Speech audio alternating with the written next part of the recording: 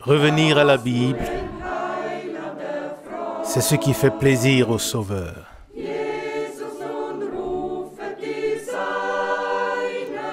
Jésus appelle les siens. Suivez sa voix aujourd'hui encore. Souvent nos pères, lorsqu'ils habitaient à Babylone, l'ont souhaité. Maintenant, nous avons atteint Sion, là où trône l'unité. Revenir à la Bible, à la lumière de la parole.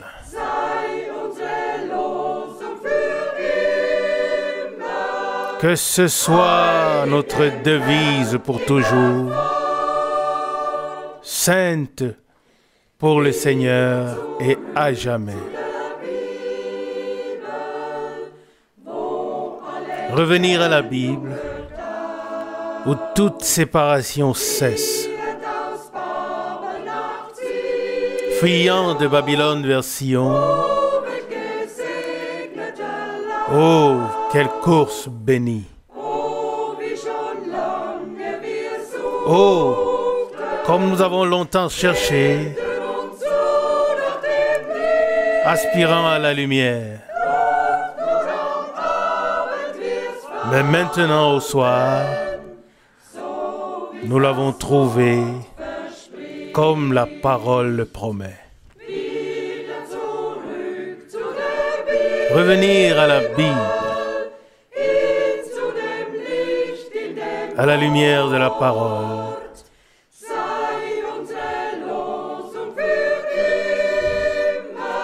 Que ce soit pour toujours notre devise, sainte pour le Seigneur à jamais.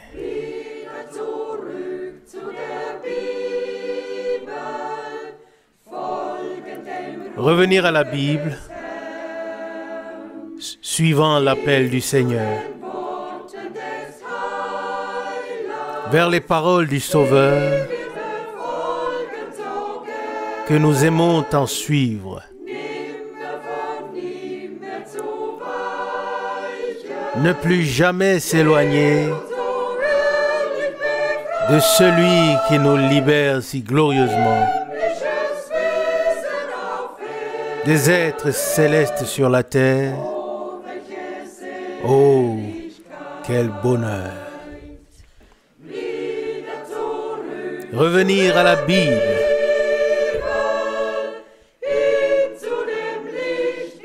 À la lumière de la parole. Que ce soit toujours notre devise.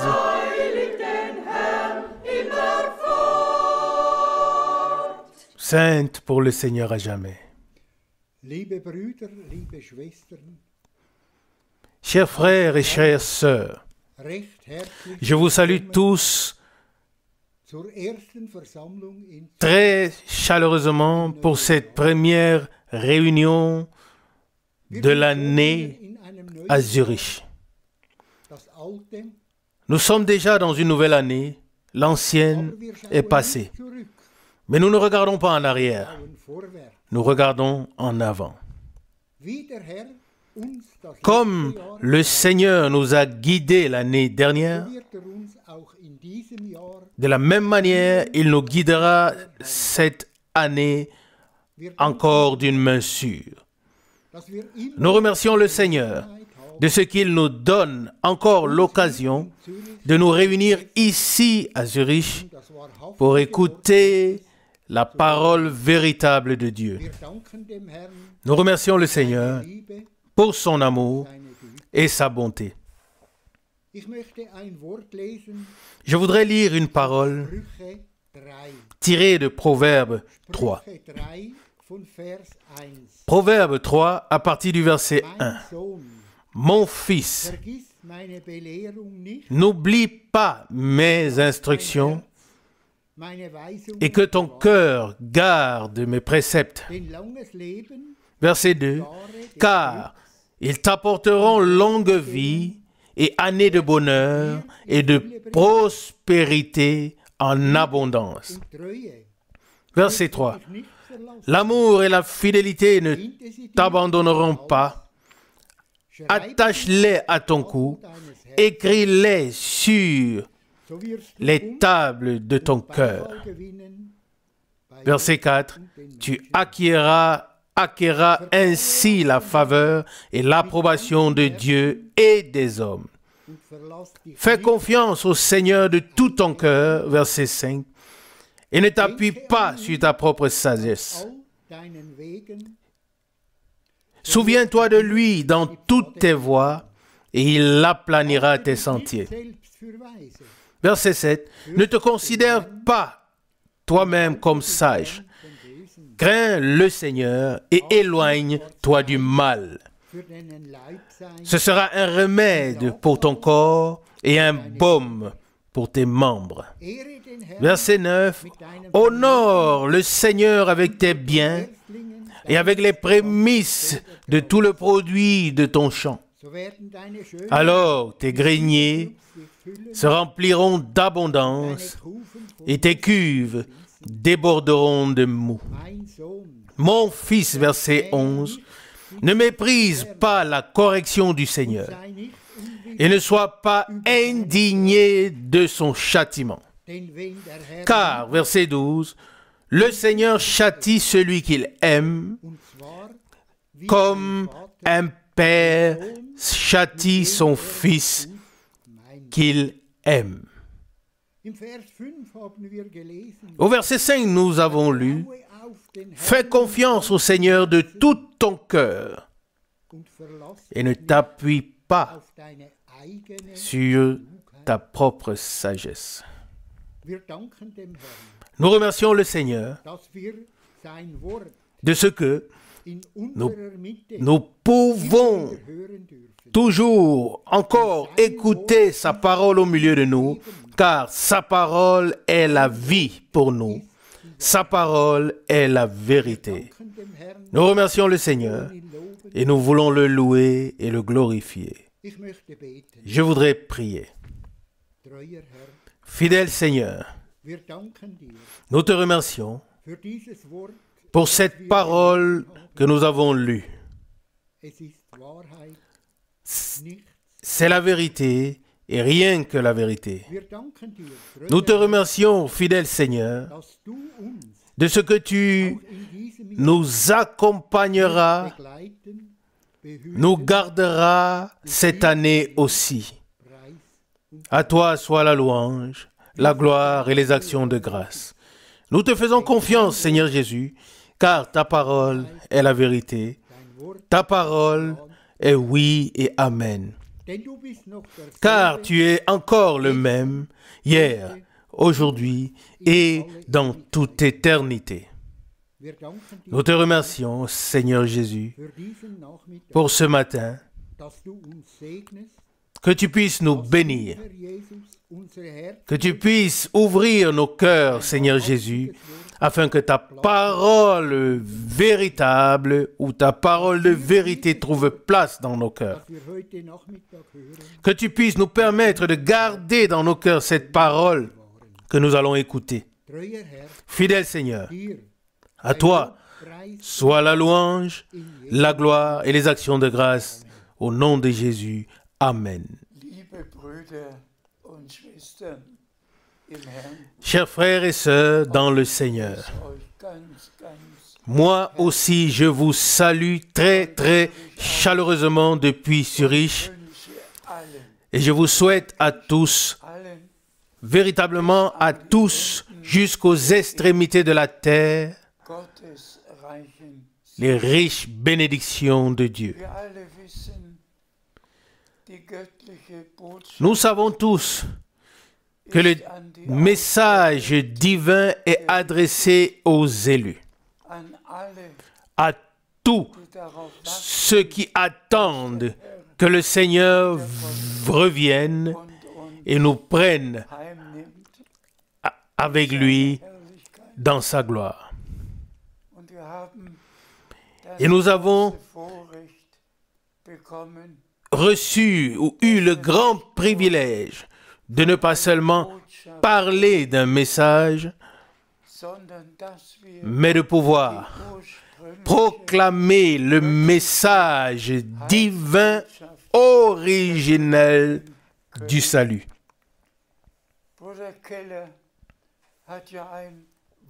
Frère Keller a lu une parole merveilleuse.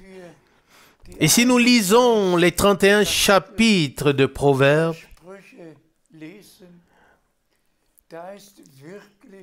il y a vraiment une telle sagesse qui y a été résumée et qui englobe tous les domaines d'une personne ou d'un être. C'est tout simplement puissant. Tout ce qui a été dit par Salomon. Et même la reine de Saba a été tellement subjuguée ou submergée, qu'elle a dû dire, on ne m'a même pas dit la moitié de ce dont j'ai été témoin. Mais nous allons directement nous plonger dans les Saintes Écritures. Tous peuvent relire le chapitre de Jérémie et le prendre à cœur. Pour moi, il s'agit d'apporter le message à l'Église du Nouveau Testament et vous serez surpris. Le premier don de l'Esprit qui est mentionné est la sagesse divine. Je vais prier Frère Borg de lire brièvement le merveilleux passage de 1 Corinthiens chapitre 12. Je t'en prie. Nous lisons de 1 Corinthiens chapitre 12 à partir du verset 7 jusqu'au verset 11. 1 Corinthiens 12, verset 7 jusqu'à 11. Verset 16. Or, la révélation de l'Esprit est donnée à chacun pour le bien commun. Ainsi, verset 8, à l'un est donné par l'Esprit une parole de sagesse, à un autre une parole de connaissance, selon la mesure du même Esprit.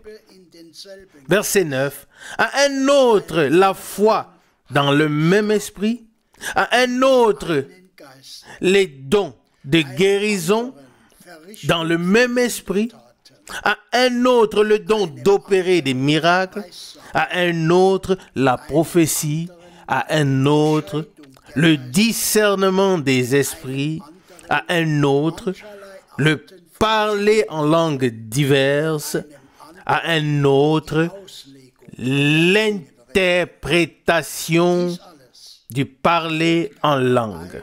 Verset 11. Un seul et même esprit opère toutes ces choses en accordant à chacun un don particulier comme il le veut. Amen. Remercié soit le Seigneur. Un seul et même esprit opère toutes ces choses dans l'Église du Nouveau Testament. Et nous aimerons tous faire l'expérience d'une nouvelle effusion du Saint-Esprit. Que tous ces dons, la sagesse divine, la connaissance divine,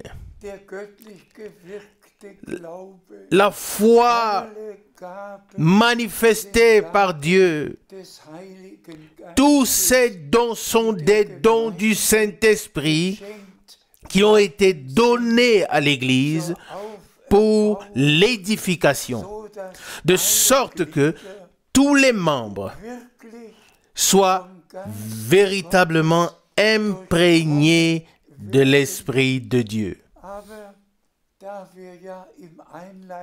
Mais comme nous avons entendu dans la parole d'introduction parler de la sagesse de Salomon, il m'est venu à l'esprit que la sagesse divine a été donnée à l'Église. Et soyez honnêtes, nous avons tous besoin de la sagesse divine, de la connaissance divine. Nous n'avons besoin que de ce qui vient de Dieu. Tout ce qui nous est propre n'a pas sa place dans le royaume de Dieu. Nous pouvons le laisser à la maison.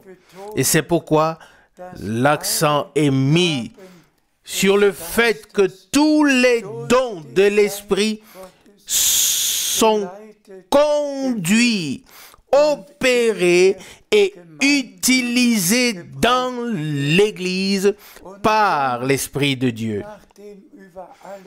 Et puis, après avoir parlé et écrit sur tous les dons, vient le point capital. Et si je connaissais tous les mystères, et si j'avais toute la foi, mais si je n'avais pas l'amour de Dieu, alors je ne serais rien. Selon 1 Corinthiens 13, verset 2. Aujourd'hui, nous allons mettre en avant l'amour de Dieu et dire simplement et témoigner de tout notre cœur que dans le royaume de Dieu, avec tous les rachetés, tout est enveloppé dans l'amour, tout se fait dans l'amour. Là où il n'y a pas l'amour divin, là, Dieu n'y est pas non plus. Et c'est pourquoi nous allons lire quelques passages bibliques importants de l'épître de Jean et brièvement nous y référer. Frères et sœurs, ceci est le temps de la pleine restauration de tout ce qui était dans l'Église primitive. Tous les dons de l'Esprit, tous les fruits de l'Esprit, tout doit revenir tel que cela était au commencement. Et alors, même le monde reconnaîtra que nous sommes des vrais enfants de Dieu si nous avons de l'amour les uns pour les autres. Lisons quelques passages bibliques, je t'en prie. Nous lisons de 1 Pierre chapitre 1, versets 14 à 16. 1 Pierre chapitre 1, à partir du verset 14 jusqu'au verset 16. Je lis le verset 14. Comme des enfants obéissants, ne vous conformez pas aux convoitises que vous aviez autrefois quand vous étiez dans l'ignorance. Ça, c'est une exhortation qui nous concerne tous, sans exception. Que nous puissions consacrer nos vies au Seigneur, afin qu'il puisse véritablement tout renouveler et faire de nous des hommes sur lesquels repose la faveur de Dieu. car c'est pour cela que nous vivons dans le temps de la grâce au jour du salut. Et c'est pourquoi il est écrit, au jour du salut, le Seigneur nous a secourus. Selon 2 Corinthiens 6, verset 2. Est-ce que le Seigneur a pu te secourir? Est-ce qu'il a pu me secourir? Est-ce qu'il a pu tout faire pour toi et pour moi? Que Dieu nous fasse grâce. Nous poursuivons la lecture. Nous lisons le verset 15 d'Un Pierre chapitre 1, la suite. Mais puisque celui qui vous a appelé est saint, vous aussi, soyez saints dans toute votre conduite. Car il est écrit, vous serez saints, car je suis saint. Loué et glorifié soit le Seigneur. Dans toute votre conduite, pas seulement le dimanche, lors d'un service divin, mais aussi dans la vie quotidienne. Dans toute votre conduite, vivre de manière agréable à Dieu, être trouvé dans la volonté de Dieu, de sorte que nous ne nous contentions pas de témoigner que nous sommes nés de nouveau, que tout est devenu nouveau, mais qu'il en soit véritablement ainsi. Que nous puissions vivre la vie de notre Seigneur par grâce. Et, comme nous l'avons déjà mentionné précédemment, que tout ce que nous faisons et disons soit enveloppé dans l'amour de Dieu. Je t'en prie. Nous lisons de 1 Jean chapitre 2, le verset 10. 1 Jean chapitre 2, verset 10. Celui qui aime son frère est continuellement dans la lumière et il n'y a en lui aucune occasion de chute. À cela, nous disons tout simplement Amen. Celui qui aime véritablement son frère de manière sincère et honnête, en lui, il n'y a pas d'occasion de chute. Et même s'il voit quelque chose en son frère, alors le pardon et l'amour triompheront tout simplement, et le pardon et la grâce accorderont la victoire par grâce. Amen. Mais continuons la lecture. Le verset 11 de 1 Jean chapitre 2. Verset 11.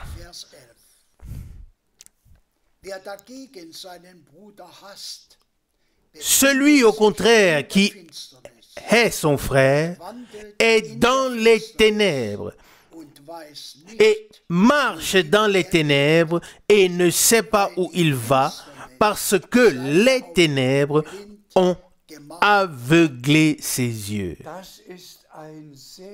Ça, c'est une parole très, très sérieuse. Ici, le terme « frère » est encore utilisé.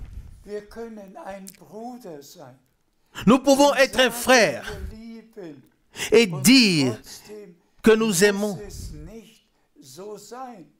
Mais pourtant, ce n'est peut-être pas forcément le cas.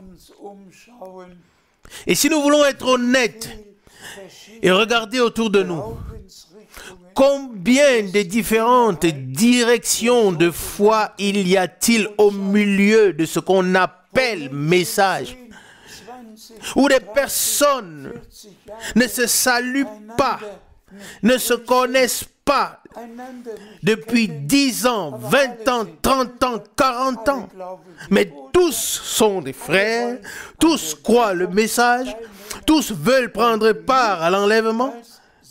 Et ce n'est rien d'autre qu'une auto-illusion. il faudrait le dire clairement. Et la tromperie commence déjà dans les interprétations du message et des déclarations de Frère Branham et des différents passages bibliques. Rien ne doit être interprété. Tout doit être cru tel que cela est écrit. Ce n'est qu'ainsi que nous parviendrons à l'unité de la foi et de la connaissance de Dieu et deviendrons ainsi un seul cœur et une seule âme. Et alors, dans les différentes villes, il n'y aura pas 4 ou 8 groupes différents, mais une seule Église du Dieu vivant qui se tient comme le fondement de la vérité et qui peut donner un témoignage de ce que Dieu a fait dans notre temps et continue à faire. Je t'en prie. Nous lisons de 1 Jean chapitre 3, 1 Jean chapitre 3, le verset 15. Tout homme qui hait son frère est un meurtrier.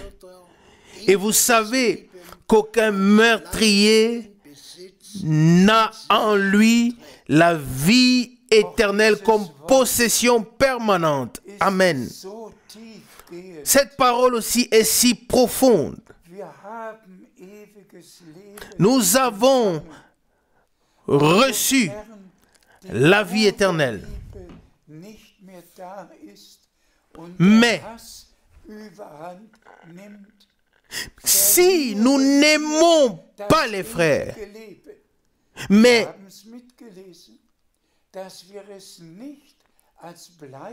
si l'amour fraternel n'est pas là et que la haine prend le dessus, alors nous perdons la vie éternelle. Nous l'avons lu, que si nous n'aimons pas les frères, mais les haïssons, nous ne gardons pas la vie éternelle en nous comme possession permanente. Et soyez honnêtes, celui qui aime son frère ne répandra pas le mal à son sujet, ne dira pas de mensonge à son sujet. Il l'aimera, il croira simplement, comme nous l'avons lu, de tout son cœur, et fera ainsi la volonté de Dieu de manière pratique. Il la vivra véritablement de manière pratique et n'en parlera pas seulement de manière théorique. Que Dieu puisse véritablement faire grâce. Que l'appel à sortir soit authentique. Que notre foi soit authentique. Que chaque révélation de la parole que le Seigneur nous a donnée soit authentique. Que tout ce qui nous a été donné par Dieu, et comme je l'ai déjà dit, soit enveloppé dans l'amour. Je t'en prie. Nous lisons de 1 Jean chapitre 3, les versets 11 et 12. 1 Jean chapitre 3, versets 11 et 12.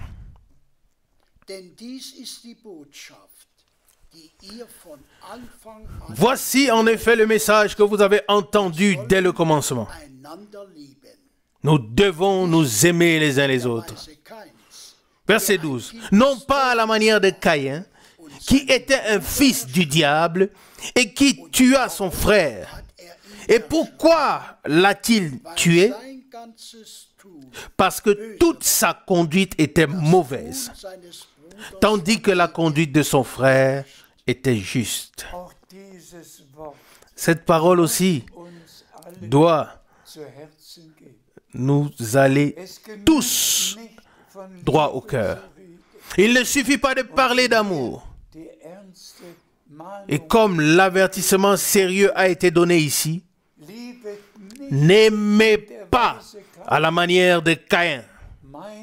Mon Dieu quelle chose se retrouve encore aujourd'hui parmi les croyants? Combien aiment à la manière de Caïn, en calomniant leurs frères, en répandant toutes sortes de choses à leur sujet. Et frères et sœurs, le temps est simplement là. La venue du Seigneur est à la porte.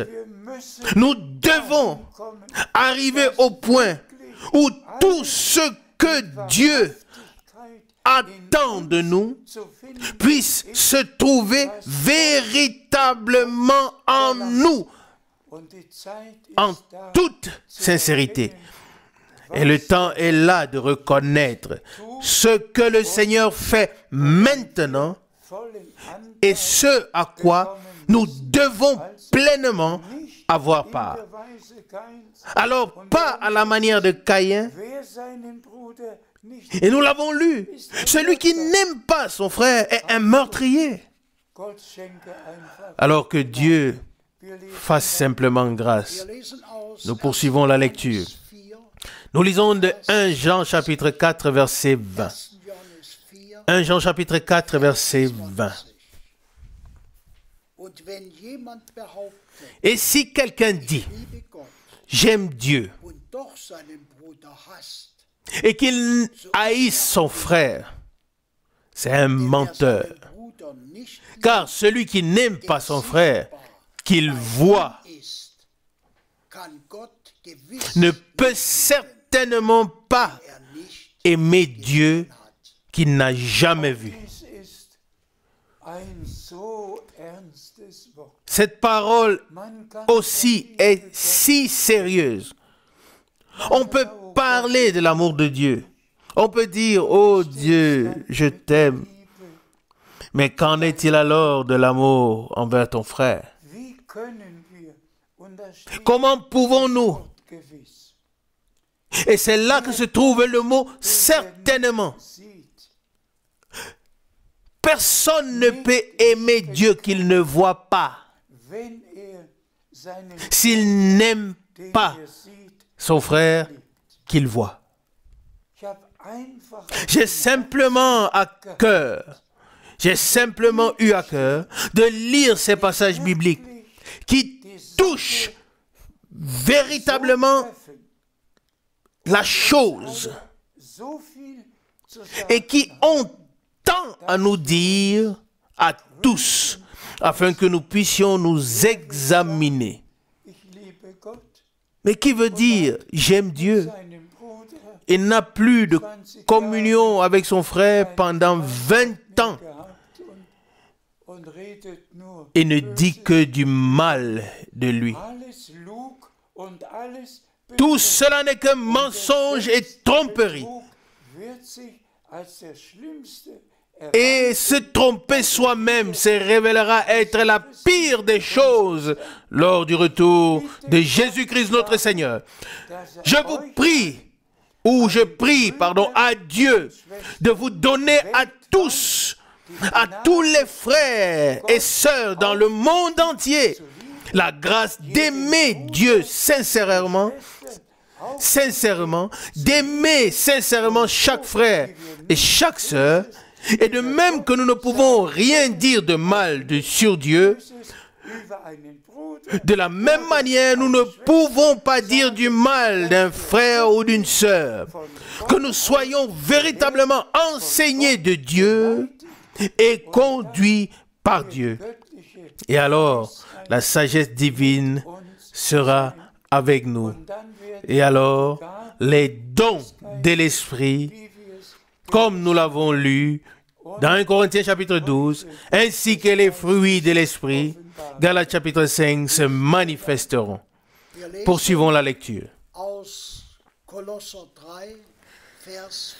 Nous lisons de Colossiens chapitre 3, verset 14. Colossiens chapitre 3, verset 14. Mais par-dessus toute chose, revêtez l'amour, qui est le lien de la perfection. Amen. Nous disons Amen à cela. Revêtez l'amour qui est le lien de la perfection divine. Alléluia. Et seul ce qui est parfait y entrera. Seuls ceux qui sont véritablement prêts y seront. Et c'est pourquoi nous devons mettre l'accent sur ces choses avec le plus grand sérieux, afin que nous soyons véritablement un peuple bien préparé, bien disposé, que nous ne parlions pas seulement d'un message, mais que nous ayons compris que c'est le message divin du salut que nous portons et que Dieu veut tout révéler, manifester en nous. La vraie vie. Amen. La nouvelle vie divine, afin que la volonté parfaite, juste et bonne de Dieu puisse s'accomplir à travers nous. C'est pour cela que nous sommes ici, à la disposition de Dieu. Que ta volonté soit faite dans nos vies. Que ta volonté soit faite au travers de l'Église. Sois avec nous. Fais tout nouveau en nous. Et alors nous irons de l'avant avec le Seigneur. Je t'en prie. Nous lisons de Colossiens chapitre 3, le verset 15. Et la paix de Christ, à laquelle vous avez été appelés comme un seul corps, règne dans vos cœurs et soyez reconnaissants. Amen. Que la paix de Christ règne dans vos cœurs. Par la rédemption accomplie, nous avons obtenu le pardon, la réconciliation, la grâce et le salut. Et nous avons trouvé la paix avec Dieu. Et la paix de Dieu, qui surpasse toute intelligence des hommes, qu'elle puisse régner sur nos cœurs, sur nos sens, sur nos cœurs et nos sentiments, afin que nos sentiments aussi soient divinement ordonnés. Ayez les mêmes sentiments qui étaient en Jésus-Christ, selon Philippiens 2:5. Précieux frères et sœurs, il y a des passages bibliques si sérieux que nous ne devons ou nous ne pouvons et devons pas ignorer. Mais nous devons nous examiner devant Dieu et dire, bien-aimé Seigneur, fais en moi tout ce qui est nécessaire afin que je sois prêt lorsque la trompette sonnera et que la voix de l'archange se fera entendre et que tu reviendras. Que je sois prêt et que je sois du nombre. Je vous en prie, que nous ne parlions pas seulement du messager et du message, mais que nous soyons amenés en plein accord avec Dieu et avec la parole de Dieu. Et que la paix de Christ, qui surpasse véritablement toute pensée, toute raison, que cette paix puisse nous guider et nous conduire. Alors, nous sommes sous la conduite du Saint-Esprit et tous ceux qui sont conduits par l'Esprit de Dieu ont la paix avec Dieu. Je t'en prie. Nous lisons de 1 Pierre chapitre 2, verset 1. 1 Pierre chapitre 2, verset 1. Rejetez donc toute méchanceté et toute fausseté, l'hypocrisie, l'envie et toute calomnie. À ceci aussi nous disons Amen. Oh, comme Dieu nous veut du bien. pour nous avoir laissé sa parole avec tous les enseignements, toutes les exhortations. Amen. Afin que nous puissions toujours nous regarder dans le miroir de la parole. Nous devons également nous débarrasser des calomnies. Je ne veux pas m'y attarder, mais quand je pense aux calomnies qui ont été propagées à mon sujet dans le monde entier depuis 1979, alors je ne peux que secouer la tête et dire, mon Dieu, est-ce qu'une telle chose est vraiment possible? Mais il sera manifeste si nous nous aimons les uns les autres. Si tu aimes véritablement ton frère, tu ne propageras pas une seule calomnie à son sujet. Alors, il n'y aura pas du tout de calomnie en toi. C'est une addiction qui est dans les hommes. Et elle ne doit pas exister parmi les vrais croyants. Ils doivent se débarrasser, se dépouiller du vieil homme et revêtir l'homme nouveau, créé selon la justice et la sainteté de Dieu. Et pour cela, nous sommes reconnaissants que cela soit possible et que Dieu, le Seigneur, l'opère en chacun de nous. Je t'en prie. Nous lisons de 1 Corinthiens chapitre 4, le verset 6.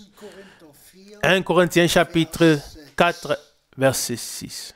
Ich habe das Gesagte aber, liebe Brüder, auf mich und Apollos bezogen. C'est à cause de vous, frères, Mit Rücksicht auf euch, que j'ai dit ces choses en application à moi et à Apollos, afin que vous appreniez en nos personnes à ne pas aller au-delà de ce qui est écrit, damit sich niemand afin que personne gegen den anderen ne conçoive de l'orgueil en faveur de l'un contre l'autre.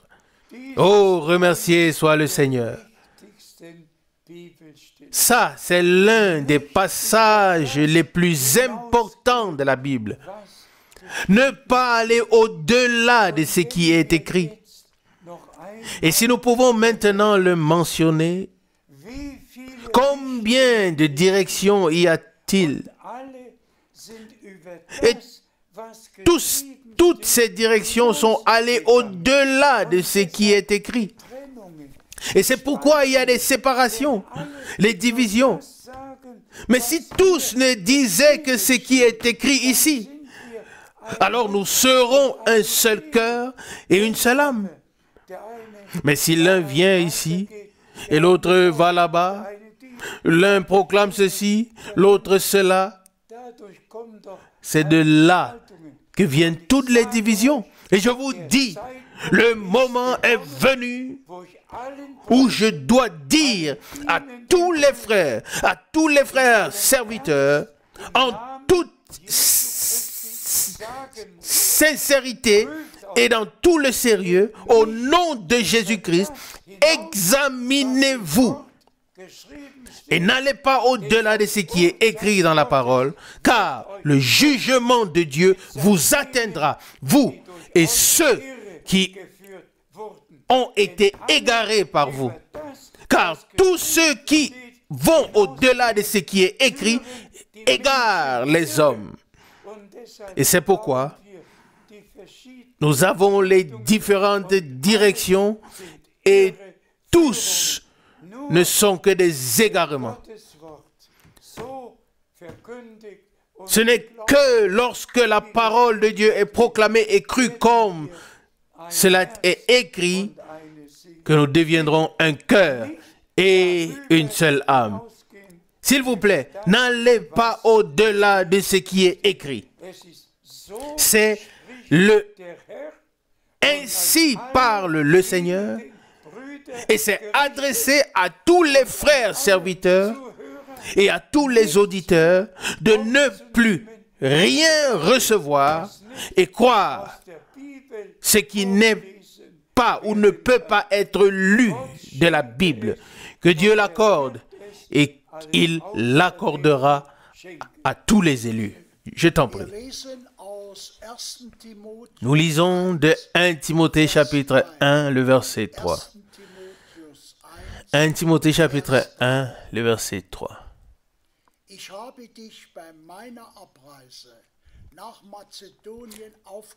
Lors de mon départ pour la Macédonie, je t'ai demandé de rester plus longtemps à Éphèse, afin que tu ordonnes à certaines personnes de ne pas apporter des doctrines étrangères. Remercié soit le Seigneur. En ce temps, Paul a laissé Timothée à Éphèse. Et ici se trouve le mot « ordonne ». Pour que tu ordonnes à ceux qui apportent des doctrines étrangères. Au nom du Seigneur, j'ordonne à tous les frères dans le monde entier de ne plus apporter d'enseignement étranger, mais d'apporter à 100% ce qui est écrit, seulement ce qui est écrit dans la Bible. Ainsi, je t'ordonne ou j'ordonne que tous ceux qui apportent les doctrines étrangères se taisent une fois pour toutes et que cessent tous les égarements, toutes les divisions et toutes les orientations et que nous revenions tous à Dieu et à sa parole et que nous devenions un seul cœur et une seule âme. Comme Paul a pu utiliser ce mot « ordonne », je dois également le faire aujourd'hui au nom du Seigneur. Au nom de Jésus-Christ, j'ordonne à tous les frères dans le monde entier de ne plus apporter d'enseignement étranger. Ça, c'est le « ainsi dit le Seigneur » dans sa parole. Je vous prie de vous plier à cela. Le temps est sérieux et la venue du Seigneur est devant la porte. Je t'en prie. Nous lisons de 1 Corinthiens chapitre 15, le verset 49. 1 Corinthiens chapitre 15, verset 49. Und wie wir das Bild des Irdischen an uns getragen haben, so werden wir auch das Bild Et de même que nous avons porté en nous l'image du terrestre, nous porterons aussi en nous l'image du céleste. Remercié soit le Seigneur. Notre Seigneur est devenu semblable à nous, afin que nous devenions semblables à lui dans la résurrection. Nous sommes si reconnaissants à Dieu pour tous les passages bibliques. Et nous lisons maintenant le suivant et le dernier. Nous lisons Hébreux chapitre 10, versets 35 à 37. Hébreux chapitre 10, versets 35 à 37. N'abandonnez donc pas votre joyeuse assurance à laquelle est attachée une grande rémunération. Car vous avez besoin de persévérance afin qu'après avoir accompli la volonté de Dieu, vous obteniez ce qui vous a été promis. Verset 37. Car il ne reste en effet que très peu de temps. Alors viendra celui qui doit venir et il ne tardera pas. Après l'accomplissement de la volonté divine. Il m'est très difficile de faire cette remarque. Mais il m'a été demandé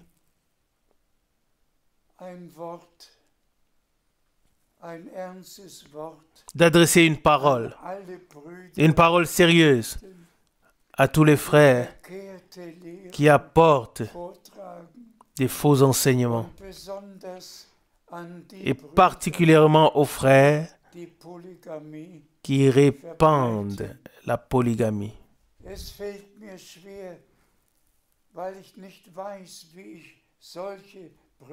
C'est difficile pour moi, car je ne sais pas comment classer de tels frères. N'ont-ils jamais lu la parole? Dieu le Seigneur a-t-il créé ou formé 2 ou 3 Èves pour Adam? Non, il a formé une seule. Notre Seigneur n'a-t-il pas dit dans Matthieu 19, l'homme quittera son père et sa mère et s'attachera à sa femme. Matthieu 19, 5. Non pas à ses femmes, mais il s'attachera à sa femme. N'avons-nous pas tous les passages bibliques qui nous disent exactement ce que dit la parole de Dieu? Et c'est pourquoi il faut aussi dire une fois pour toutes à tous ses frères, avec certitude et avec menace, qu'ils seront punis devant Dieu et qu'ils ne pourront avoir aucune part à l'enlèvement parce qu'ils ont apporté des faux enseignements. Que voulez-vous, frères d'Afrique, vous qui propagez cette doctrine? Voulez-vous coucher avec 2 ou 3 femmes? Avez-vous perdu la raison? Qu'est-ce qui vous arrive? Revenez à la raison. Revenez à la parole de Dieu. Oh, je ne sais pas, mais il fallait simplement que ce soit dit. Et je suppose que Dieu fera grâce. Nous pourrions encore lire tous les autres passages bibliques.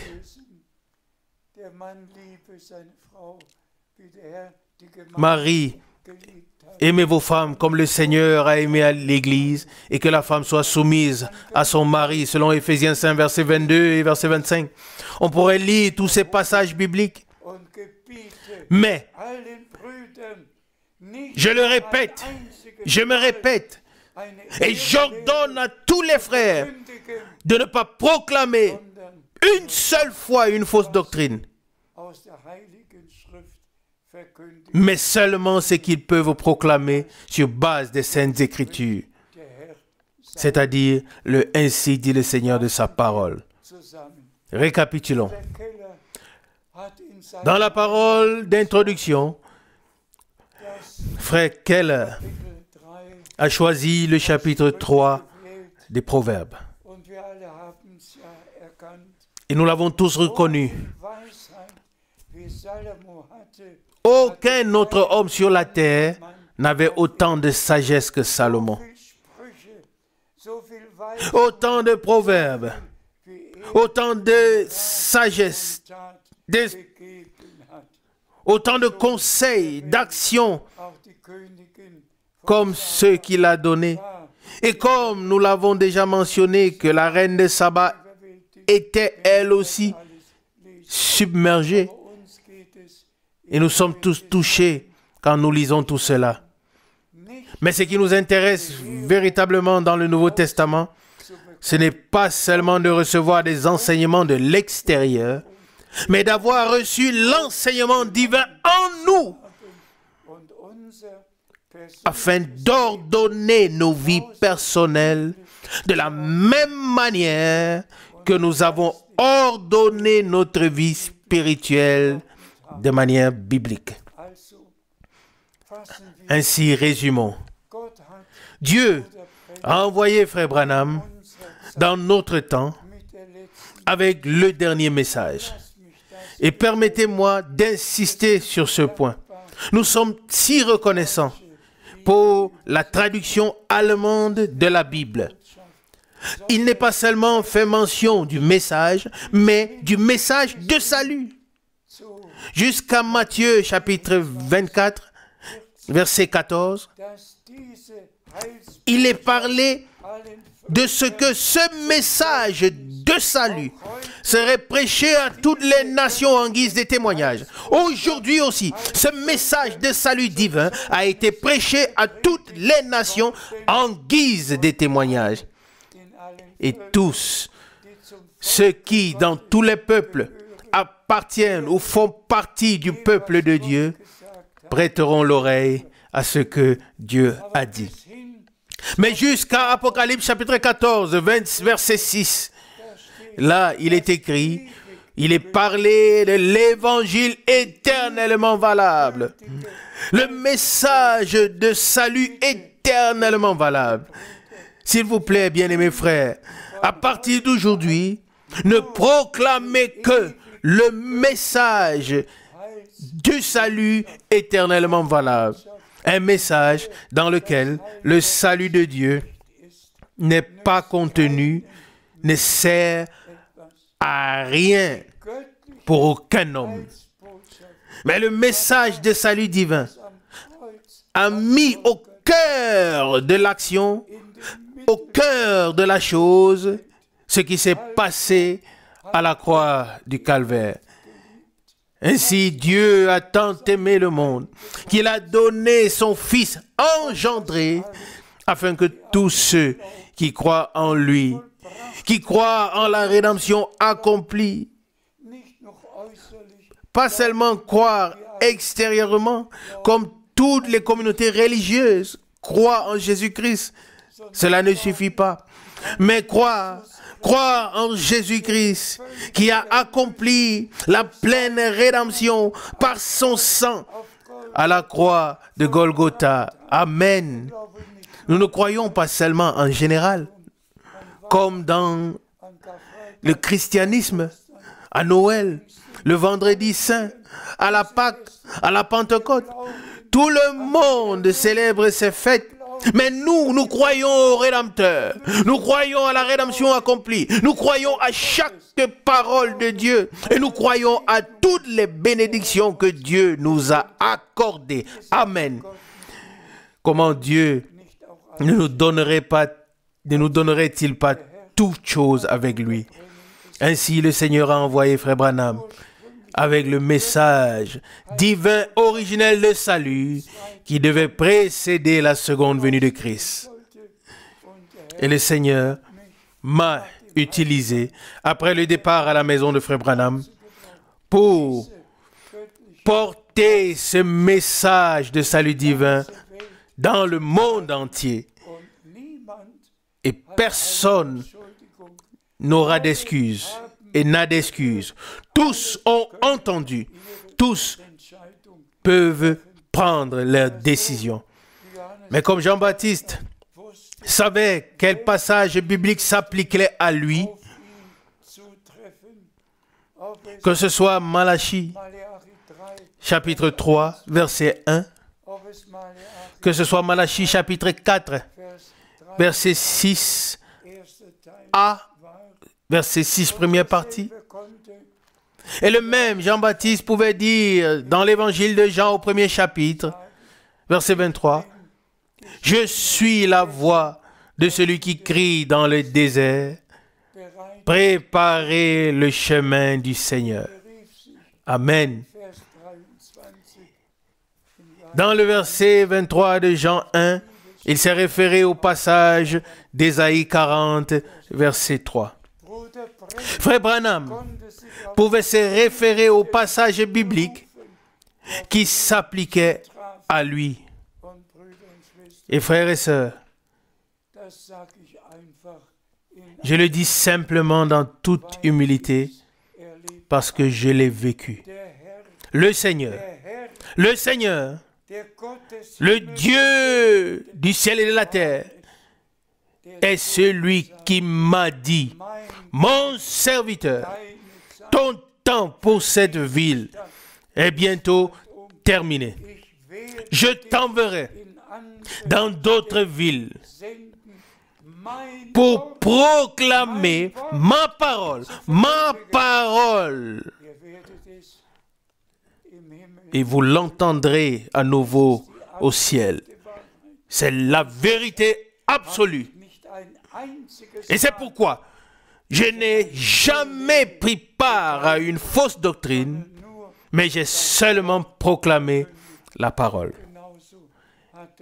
Et de la même manière, le Seigneur a dit, je t'ai établi, selon 2 Timothée chapitre 4, pour proclamer la parole. Car là il est écrit, prêche la parole en toute occasion favorable ou non, car il viendra un temps où des doctrines étrangères seront présentées. Mais permettez-moi de le dire dans toute clarté. Au milieu de tous ces enseignements étrangers, la vraie doctrine biblique est proclamée et tous ceux qui sont de Dieu entendent la sainte parole de Dieu. Alléluia. Et je pourrais mentionner les expériences et ce que Frère Branham a dit. Mais que le Dieu fidèle vous bénisse tous, qu'il soit avec vous, qu'il aide tous les frères serviteurs de tous les peuples et de toutes les langues. Que tous soient bénis en Suisse, en Autriche et dans tous les pays voisins, dans toute l'Europe et dans le monde entier. Que tous ceux qui appartiennent à l'Église, à l'épouse de l'agneau, puissent être préparés, comme nous l'avons entendu dans le dernier passage que nous avons lu. Hébreux 10, verset 37, car il ne reste en effet que très peu de temps. Alors viendra celui qui doit venir, et il ne tardera pas. Nous n'attendons pas en vain. Nous attendons le retour de Jésus-Christ. Et nous nous attendons à ce que cela se produise dans notre temps, car les signes des temps parlent un langage clair. Quand vous verrez toutes ces choses, alors relevez vos têtes, car la rédemption de vos corps est proche. Selon Luc 21, 28. Chers frères qui servent dans la parole, soyez bénis de la bénédiction du Dieu Tout-Puissant. Soyez obéissants, revenez à la parole. Et vous tous, bien-aimés frères et sœurs, qui faites partie de l'Église épouse, que Dieu vous bénisse et qu'il accorde sa grâce, afin que tous expérimentent leur préparation. Car il est écrit, et son épouse s'est préparée. Selon Apocalypse 19, verset 7. Que cette méditation d'aujourd'hui serve également à nous préparer à rencontrer l'époux. Soyez bénis dans le nom de Jésus-Christ, notre Seigneur. Amen. Amen.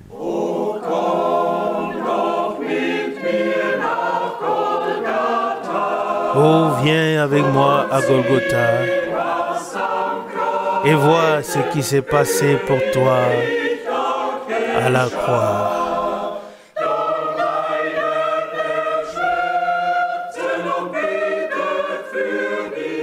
C'est là qu'il a souffert pour toi. C'est là que le Seigneur est mort pour toi. Méprisé par les hommes, insulté, ridiculisé, il l'a fait pour toi.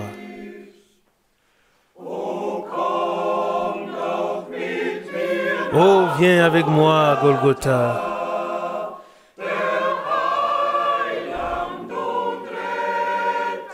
C'est là que le Sauveur du monde a saigné. Et de cet homme que tu méprises, tant retentit de la croix la parole qui dit: Tout est accompli. Il l'a fait pour toi.